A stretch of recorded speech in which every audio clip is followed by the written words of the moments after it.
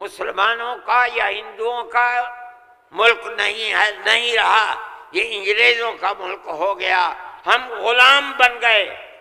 اب غلامی کی زنجیروں کا توڑنا اور جہاد کرنا ہر ایک کا فرض ہے، اور اس کے بعد جہاد پر لگ گئے۔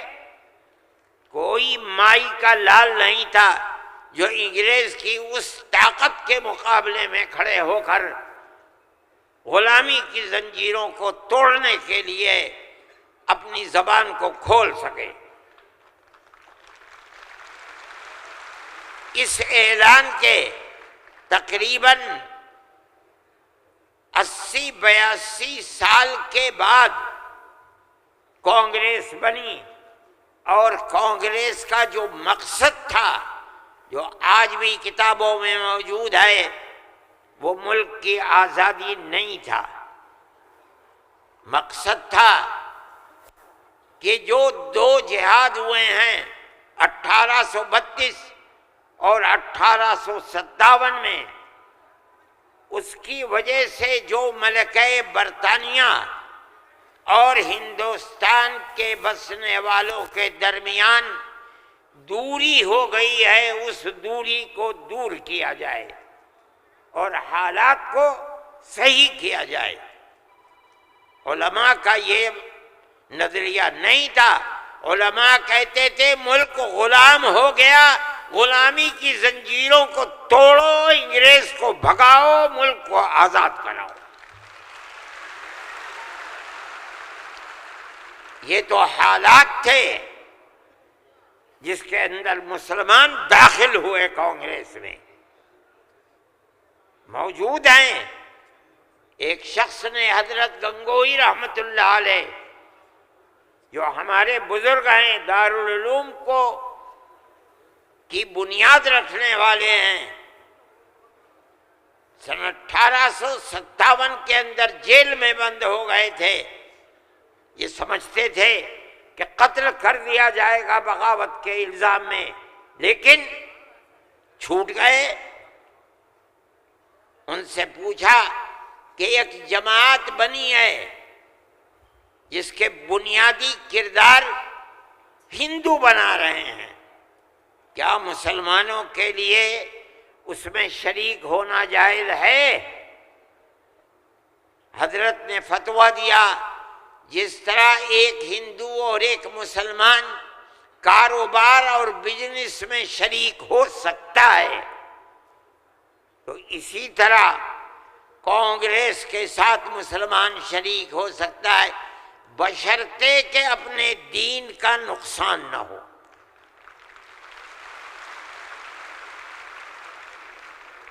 اس کا مطلب نہیں سمجھے تھے لوگ۔ مطلب یہ ہے کہ ہماری تحریک ہے کہ مسلمان اور ہندو جب تک ساتھ نہیں ہوگا، ملک آزاد نہیں ہوگا۔ تم اس کے اندر گھسو اور اتنی طاقت پیدا کرو اپنی گھس کر کہ کانگریس کو مجبور کر دو کہ وہ اپنا نقطہ نظر بدل کر ملک کی آزادی کے لیے جد و جہد کرے۔ چنانچہ کانگریس نے اپنا نقطہ نظر بدلا، ملک کی آزادی کو اپنا نقطہ نظر بنایا، اور پھر اس کے بعد ہندو اور مسلمانوں نے شریک ہو کر ایک دوسرے کے ساتھ چل کر ملک کی آزادی کے لیے آواز اٹھائی، قربانیاں دی ہیں، اور انہی قربانیوں کے نتیجے کے اندر ملک آزاد ہوا۔ میرے بھائی، اس بات کو سمجھیے، جیسے جیسے ملک کی آزادی قریب ہوتی جاتی تھی، جمعیت علماء ہند بار بار کانگریس سے کہتی تھی کہ ہم نے تمہارا ساتھ دیا ہے، آج ہم تمہارے ساتھ کھڑے ہیں، ہمیں یہ بتاؤ کہ ملک کی آزادی کے بعد ملک کا دستور کیا رہے گا؟ کیا سیکولر دستور ہوگا یا مذہبی حکومت ہوگی؟ اگر سیکولر دستور ہوتا ہے ہم تمہارے ساتھ ہیں، اور اگر سیکولر دستور نہیں ہوتا تو ملک کی آزادی میں ہم تمہارے ساتھ نہیں ہیں۔ بار بار ہمارے پاس کانگریس ورکنگ کمیٹی کی تجاویز موجود ہیں۔ کانگریس بار بار عہد کرتی ہے کہ ملک آزاد ہوگا تو ملک کا دستور سیکولر دستور ہوگا، ہر اقلیت کو اپنے مذہب کے اوپر آزادی سے چلنے کا اختیار ہوگا۔ چنانچہ ملک آزاد ہو گیا۔ اب ملک کی آزادی کے بعد ایک طبقہ اٹھا جس نے یہ کہا کہ کھیر مل گئی ہے، اب اسے کھانے کا وقت آ گیا ہے۔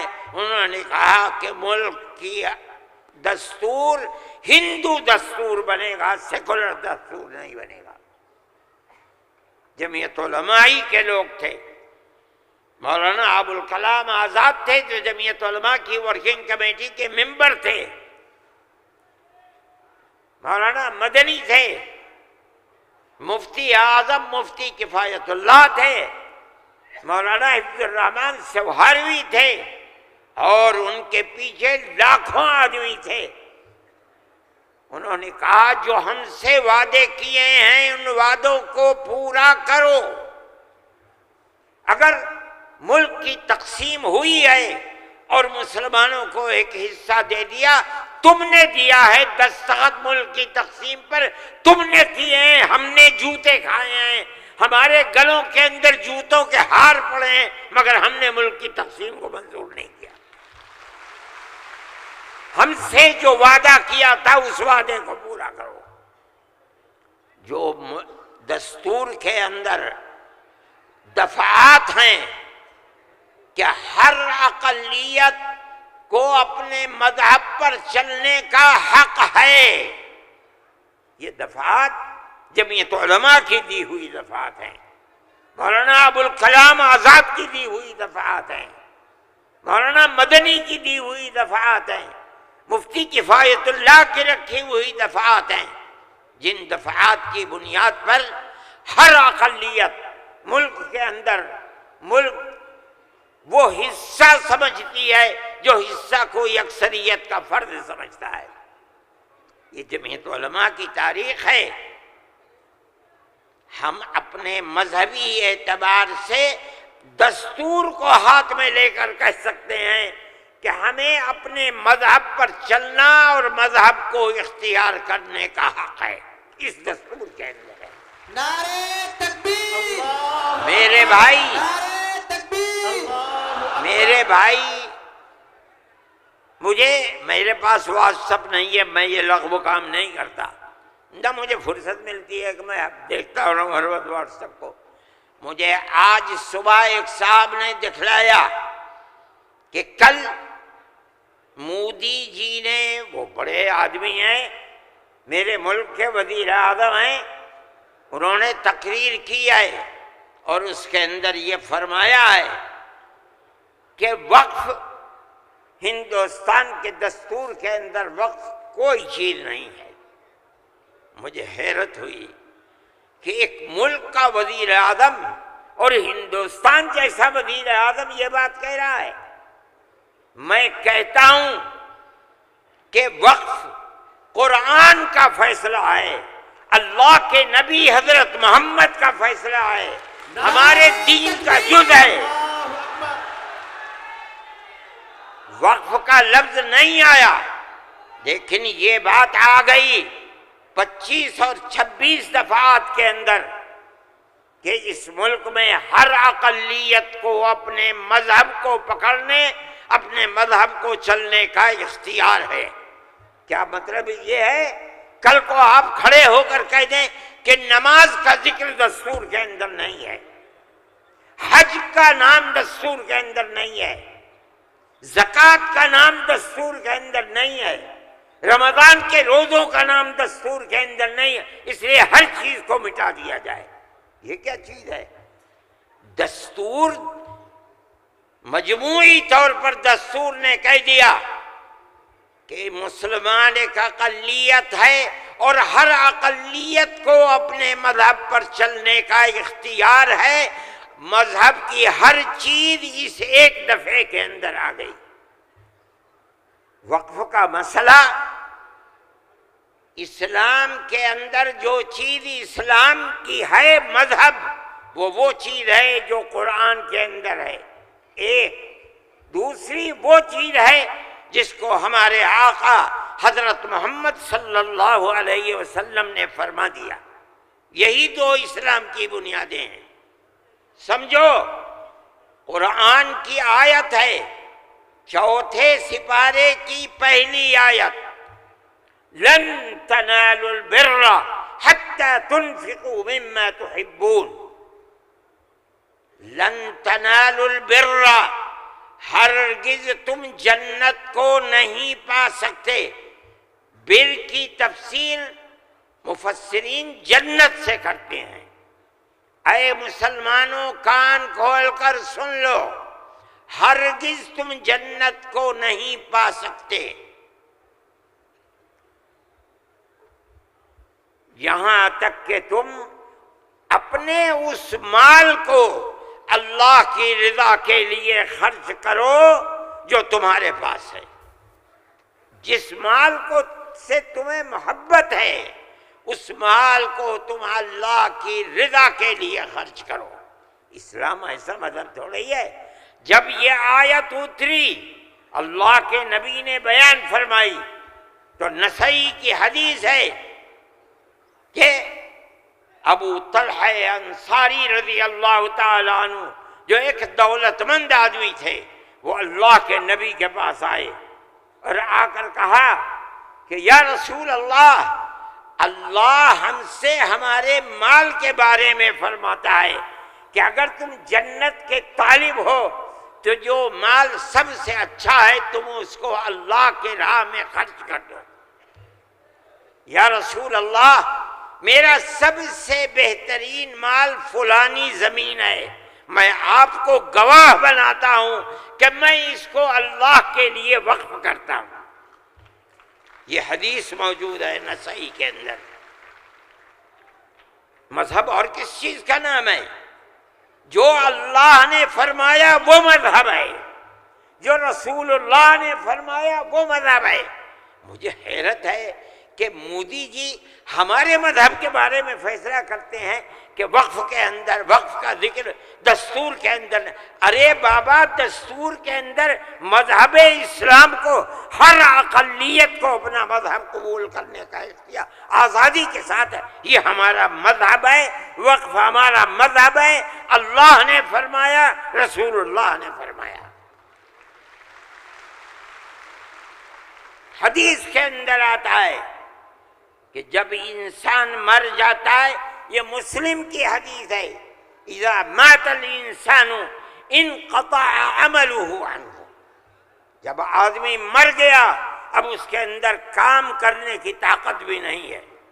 اب اسے کسی چیز کا ثواب ملتا تھا، نماز پڑھنے کا، روزہ رکھنے کا، نہ نماز پڑھ سکتا ہے نہ روزہ، مگر فرماتے ہیں تین چیزیں ایسی ہیں مرنے کے بعد بھی آدمی قبر میں چلا گیا اسے ثواب ملتا رہتا ہے۔ کیا ہے؟ اس کے اندر پہلی چیز ہے صدقۃ جاریۃ، ایسا صدقہ کر کے جانا کہ جو اس کا ثواب برابر جاری رہے۔ مثال کے طریقے پر کوئی کنواں کھدوا دیا، یہ اللہ کے لیے وقف ہے، 100 سال، 200 سال، 1000 سال اگر اس کنویں سے پیاسا پانی پیے گا اس آدمی کو پہنچے گا جو مر گیا 100 سال پہلے، اس نے بنوایا تھا کنواں۔ اسی لیے مسلم کی روایت ہے اور وہ اس کے شارح امام نووی فرماتے ہیں کہ مراد اس سے وقف ہے۔ یہ قرآن و حدیث میں آپ کو سنا رہا ہوں۔ مجھے حیرت ہے کہ ہندوستان جیسے ملک کا وزیر اعظم ایسی بات کہہ رہا ہے ارے بابا کیا زکوٰۃ کا ذکر آئے گا دستور کے اندر؟ کیا نماز کا ذکر آئے گا دستور کے اندر؟ کل کو کھڑے ہو کے یہ کہہ دو کہ نماز کا ذکر دستور میں نہیں ہے اس لیے نماز نہیں پڑھنے دی جائے گی، زکوٰۃ دستور میں نہیں ہے زکوٰۃ نہیں کرنی۔ میں سوچتا ہوں کہ اللہ، ملک کا کون بول رہا ہے؟ وزیر اعظم، اور ایسی چیز بول رہا ہے جس کے نہ سر ہے نہ پر ہے۔ ہم اس کے مخالف ہیں، ہم کہتے ہیں پڑھو، خود نہیں پڑھتے، پڑھے ہوئوں کو بلاؤ، ان سے پوچھو دین کیا ہے، مذہب کیا ہے، ہم بتائیں گے۔ ہمارا ملک ہے، ہم ہمیشہ سے اس ملک میں رہتے آئے ہیں۔ اگر ہندو کی ذات برہمن ہے، جاؤ کشمیر میں مسلمان بھی برہمن ہے۔ اگر ہندو تیاگی ہے، مسلمان بھی تیاگی ہے۔ اگر ہندو راجپوت ہے، مسلمان بھی راجپوت ہے۔ ہم کہاں سے آئے ہیں؟ ہم تو اسی ملک کے رہنے والے ہیں۔ جس کو ہندو کوئی مذہب پسند ہے وہ ہندو مذہب کے اوپر ہے، جسے عیسائی مذہب پسند ہے وہ عیسائی بن گیا، جسے سکھ مذہب پسند ہے وہ سکھ بن گیا، جسے اسلام مذہب پسند ہے وہ مسلمان بن گیا۔ لیکن جس طرح ایک گھر کے اندر 5 بیٹے ہیں، ایک ٹھگنا ہے، ایک لمبا ہے، ایک کالا ہے، ایک گورا ہے، یہ اختلاف باپ اور ماں کے اندر اختلاف کو پیدا نہیں کرتا۔ اسی طرح ہمارا مذہب ہے کہ آدمی کسی بھی مذہب کو اختیار کر لے، لیکن ہندوستانی ہونے میں ملکی اعتبار سے کوئی فرق نہیں ہے۔ ہمارا مذہب ہے، ہم اس کو مانتے ہیں اور یہی ایک حقیقت ہے۔ لیکن برا ہو اس نفرت کی سیاست کا۔ ایک ایسی بات کہہ رہے ہیں جس کے نہ سر ہے نہ پیر ہے، ایسا معلوم ہوتا ہے جیسے ہر مذہب کی ایک ایک جزئی چیز کو دستور میں ہندوستان کے اگر لایا جائے گا تو وہ دستور ہوگا، نہیں لایا جائے گا دستور نہیں ہوگا۔ لیکن میں کہتا ہوں کہ یہ غلط ہے۔ مودی جی کو ایسی کچی بات نہ کہنی چاہیے، لیکن دنیا ہے، ہر بات کو کہتی چلی جا رہی ہے۔ آپ کے برابر میں جب ملک کا پرائم منسٹر یہ باتیں کرتا ہے جس سے مسلمانوں کے خلاف نفرت ظاہر ہوتی ہے، ملک کا ہوم منسٹر ایسی باتیں کرتا ہے تو دوسرے کیوں نہ کریں گے؟ آپ نے دیکھا جھارکھنڈ کے اندر اس کے ذمہ دار بنایا گیا آسام کے چیف منسٹر کو۔ آسام کے چیف منسٹر کی روز کی تقریریں آپ سنیے، مسلمان کو مسلمان نہیں کہتا، اس کی زبان سے مسلمان کا نام نہیں نکلا، ہمیشہ گھس بیٹھیا کہتا ہے۔ میں کہتا ہوں یہ کتنی بڑی جہالت ہے۔ جس برادری کا وہ آدمی ہوگا اس برادری کے مسلمان بھی آسام میں ہوں گے۔ ہندوستان کی کوئی برادری ایسی نہیں ہے جس کے اندر مسلمان نہ ہو۔ وہ مسلمان کا نام لیتے ہوئے گھبراتا ہے، مگر خدا کی قدرت ہے جو 1 مہینہ جھارکھنڈ کے اندر رات اور دن تقریریں مسلمان کے خلاف کرتا رہا، وہاں مسلمانوں کا نام لے کر ان کے خلاف بولنے والوں کا منہ کالا ہو گیا۔ نعرہ تکبیر، جمعیت علماء ہند، مولانا ارشد مدنی۔ اس کا مطلب کیا ہے؟ اس کا مطلب سمجھو، صرف یہی مطلب نہیں ہے کہ وہ تقریریں کی اور تقریریں کر کے چلے گئے۔ اس کا مطلب یہ ہے کہ وہ رات اور دن مسلمانوں کے خلاف زہر اگل رہے تھے، جھارکھنڈ کے صرف ہندو نہیں، ہندو اور مسلمانوں نے مل کر اس تحریک اور اس سیاست کو تھوک دیا اس کے اوپر۔ الیکشن کے اندر بی جے پی کی ناکامی وہ صرف مسلمان کے حصے میں نہیں لکھی جائے گی۔ مسلمان کی تعداد کتنی ہے جھارکھنڈ کے اندر؟ اس کا مطلب یہ ہے کہ نفرت کی اس سیاست کو جھارکھنڈ کے ہندو اور مسلمان نے تھوک دیا، اس کے اوپر قبول نہیں کیا۔ وہ آدمی جو بولتا تھا وہ اپنے صوبے کے اندر بھی جب زبان سے کوئی بات نکلتی تھی مسلمان کے خلاف آگ ہی اگلتا تھا۔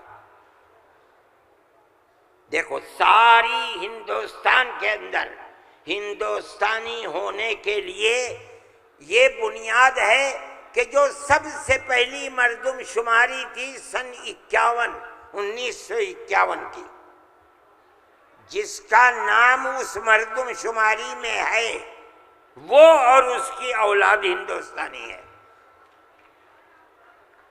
یہ ملک کے اندر ایک قانون بنا ہوا ہے، لیکن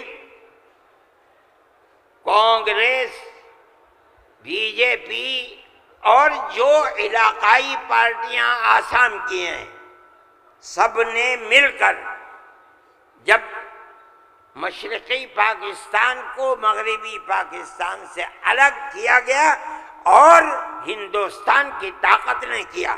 اندرا جی کے زمانے کے اندر بہت سے لوگ ہندوستان بمباری ہو رہی تھی، بھاگ گئے پاکستان، اور پاکستان کے بہت لوگ بھاگ گئے ادھر۔ اب کیسے کہا جائے کہ ہندوستانی پاکستانی کون کون ہے؟ تو سب نے مل کر پارلیمنٹ نے قانون بنایا کہ 1971 کے بعد جو آیا ہے وہ ہندوستانی نہیں ہے۔ آسام میں 1971 کی مردم شماری میں جس کا نام ہے وہ آسامی ہے، اور اس کے بعد جو آیا ہے وہ آسامی نہیں ہے۔ یہ قانون بنا دیا، قانون بن گیا۔ اب یہ حلق سے نیچے چیف منسٹر صاحب کے نہیں اتری، انہوں نے کہا کہ نہیں، سارے ملک کا دستور ایک ہونا چاہیے۔ ارے بابا، کانگریس کا زمانہ تھا، کانگریس نے پارلیمنٹ کے اندر یہ اصول بنایا، اس کے اوپر بی جے پی کے بھی دستخط ہیں، علاقائی پارٹیوں کو بھی دستخط ہیں، ہم نہیں جانتے کچھ۔ اور تقریر جیسے یہاں کر رہے تھے ویسے ہی روز تقریر وہاں کرتے تھے۔ 71 نہیں 51 بنے گا، 71 نہیں 51۔ کیوں؟ اگر 51 کو بنا دیا گیا تو کم از کم 80-90 لاکھ مسلمان اجڑ جائے گا، برباد ہو جائے گا۔ وہ یہ چاہتے تھے کہ مسلمان کو برباد کر دو۔ آسام میں جمعیت علماء وہ جماعت تھی، ہم گئے سپریم کورٹ میں، ہم نے کہا کہ جب اس زمانے کی حکومتیں متحد ہیں یہ کیسے ہو سکتا ہے؟ یہ اللہ کا احسان اور کرم ہے کہ سپریم کورٹ نے وہ فیصلہ کیا جو حق فیصلہ تھا، اور اس نے کہہ دیا کہ نہیں، آسام کے لیے سن 71 ہی رہے گا۔ تمام پارٹیوں نے اس کو قبول کیا ہے۔ اب زمانہ خراب ہو گیا، دل دکھنے لگا۔ وہ جو وہاں دل کے اندر مسلمانوں کے خلاف آگ تھی وہ جھارکھنڈ میں لا کر کے اگلی ہے۔ اللہ نے یہاں بھی منہ کالا کر دیا۔ میرے بھائی، جمعیت علماء کا یہ کام ہے۔ ہم نے اس سے پہلے ایک اور مقدمہ آسام کے سلسلے میں لڑا تھا۔ جب لڑکی اپنے شوہر کے ساتھ کسی دوسرے شہر میں پہنچی، یہ لڑکی کہاں سے آئی؟ جو وہاں کا پردھان تھا وہ سرٹیفکیٹ دیتا تھا کہ یہ لڑکی فلاں کی ہے، باپ اس کا فلاں جگہ ہے، لڑکی یہاں رہتی ہے۔ اسی سرٹیفکیٹ کی بنیاد پر اسے آسامی کہا جاتا تھا۔ اس طرح کی لڑکیاں ہندوؤں میں 24 لاکھ اور مسلمانوں کے اندر 27 لاکھ تھی۔ وہاں کی فرقہ پرست طاقت کہتی تھی کہ یہ پردھان کا سرٹیفکیٹ کوئی معنی نہیں رکھتا۔ تنہا جمعیت علماء تھی، ہم گئے سپریم کورٹ میں، اور جو بڑے سے بڑا وکیل جو ایک ایک پیشی میں 15 لاکھ روپیہ لیتا تھا، اور اتفاق سے جو چیف جسٹس تھا وہ بھی آسامی ہی کا تھا سپریم کورٹ کا۔ مجھے تو بہت خطرہ تھا، ان کا ہوگا کیا؟ 47 لاکھ عورتیں ہیں اور ان کے بچے اگر لگا لو 1.5 کروڑ، یہ کہاں جا کے بھیک مانگیں گے؟ نہ کوئی مکان خرید سکتے ہیں، نہ جائیداد خرید سکتے ہیں، نہ ان کے بچے پڑھ سکتے ہیں، یہ کیا کریں گے؟ اللہ کی قدرت کا کرشمہ ہے کہ اس کے اندر بھی جمعیت علماء کو ایسی کامیابی ہوئی کہ مسئلہ ختم ہو گیا۔ 47 لاکھ ہندو مسلمان جینے کا حق انہیں مل گیا۔ ایک چیز ہے، جمعیت علماء ہندو مسلم کی بات نہیں کرتی، ہمیں اس سے کوئی مطلب نہیں۔ جمعیت ہم علماء یہ ہند کہتے ہیں